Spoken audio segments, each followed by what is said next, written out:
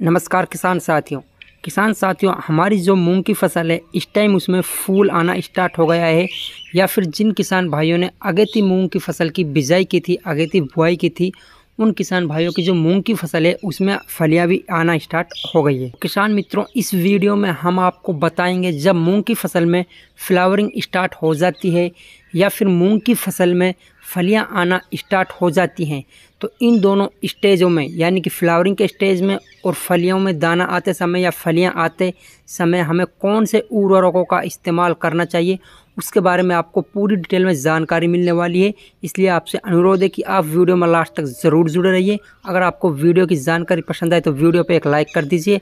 अगर आप हमारे चैनल पर नए हैं और आपने अभी तक चैनल को सब्सक्राइब नहीं किया है तो चैनल को प्लीज़ सब्सक्राइब कर लीजिए, जिससे आपको हमारी कृषि संबंधित सभी वीडियो देखने को मिल सके। तो किसान मित्रों, इन दोनों स्टेजों में हमें कौन से उर्वरक देना चाहिए वो तो मैं आपको बताऊंगा, लेकिन उससे पहले मैं आपको एक इम्पोर्टेंट जानकारी दे देता हूं।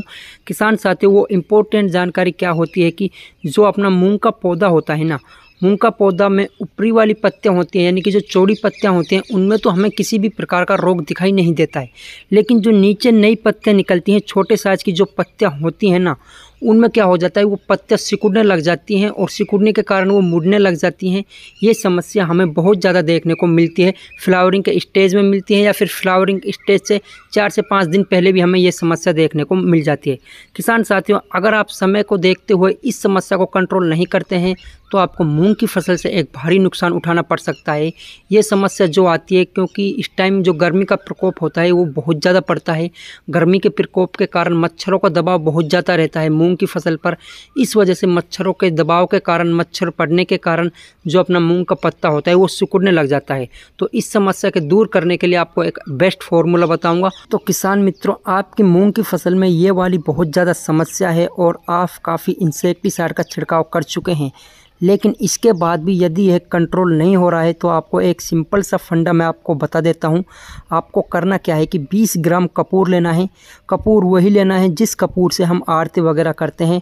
वो कपूर आपने लिया, उसको क्या करना है, जो गर्म पानी होता है उसमें अच्छी तरह पिघला लेना है।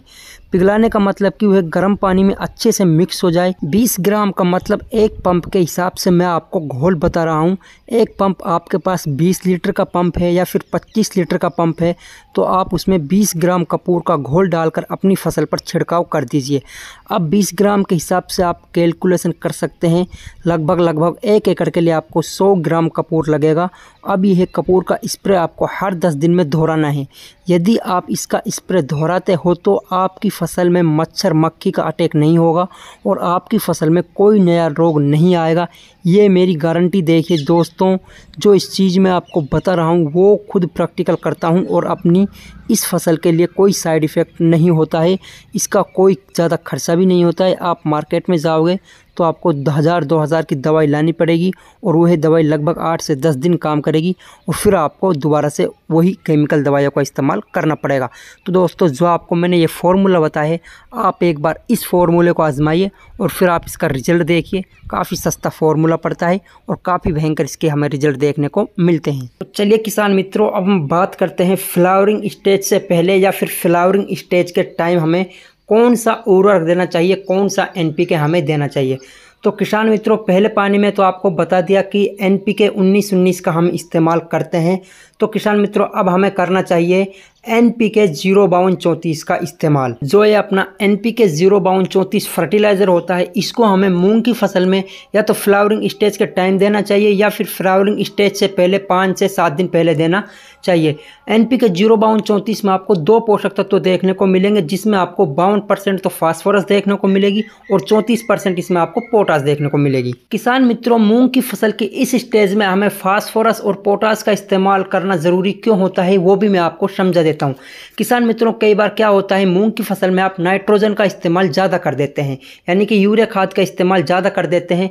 उससे क्या होता है, अपना पौधा है ना जो, वो तो कमज़ोर हो जाता है और पौधे की जो हाइट है वो ज़्यादा बढ़ जाती है। मेरे कहने का मतलब ये है कि पौधे की जो वेजिटेटिव ग्रोथ है वो बढ़ जाती है और पौधा कमज़ोर हो जाता है, उसकी हाइट ज़्यादा बढ़ जाती है, जिससे अपना पौधा है उसका गिरने का चांस रहता है, उसका टूटने का चांस रहता है फ्लावरिंग के स्टेज के टाइम। तो पौधे को मजबूत करने के लिए हमें फास्फोरस का इस्तेमाल करना चाहिए, पोटास का इस्तेमाल करना चाहिए। अगर आपका पौधा है जो ज़्यादा लंबा बढ़ गया है और फ्लावरिंग स्टेज चल रही है तो आपको फास्फोरस और पोटास का इस्तेमाल बहुत ज़्यादा करना चाहिए। उससे अपने पौधे की मजबूती बनेगी और पौधा है जो अच्छे से फ्लावरिंग ले पाएगा, अच्छे से उसमें फलियां हैं जो उनका दानों का भराव हो पाएगा। दोस्तों, जो ये अपना NPK फर्टिलाइज़र होता है, इसका सही फंडा क्या होता है?